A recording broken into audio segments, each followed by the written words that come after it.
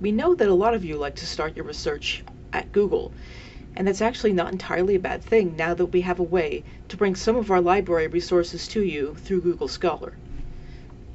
Many of you probably know about Google Scholar, and if you don't, you can find it by doing a Google search, and there it is, Google Scholar.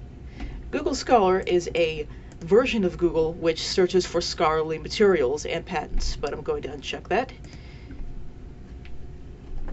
So when you use it, you get citations for various journals and such.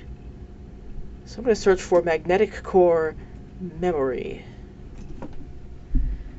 And I get various journal resources and other things like that. And sometimes it finds full text for these items.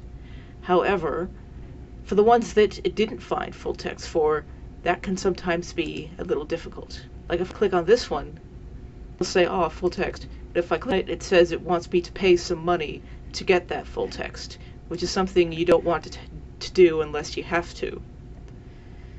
So there is another way to find out what we have. And this will work automatically sometimes, but it's alright if you just need to tell it.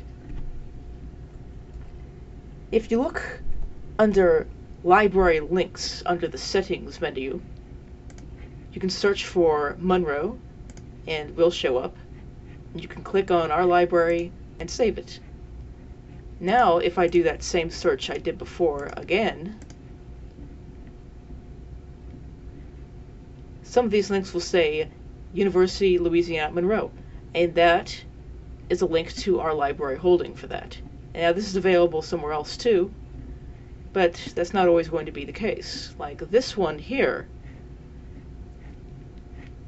only has the main link and our link. If I click on the main link, it'll give me an abstract, but if I want the full text, it will tell me to read the story in full, you will need to log in or make a payment.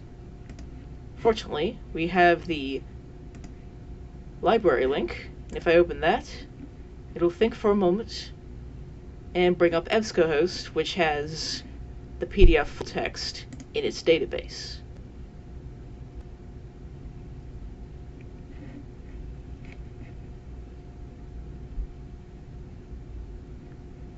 And there it is. So you didn't need to pay for this after all. If you've already been using Google Scholar, this is an easy and quick way to get access to our materials through Google Scholar. And again, to do that, you go to Settings, and then Library Links, and then do a search for Monroe or whatever library you have access to, because you can select more than one if you have more than one library available to you. Also under this menu, if you click on Search Results,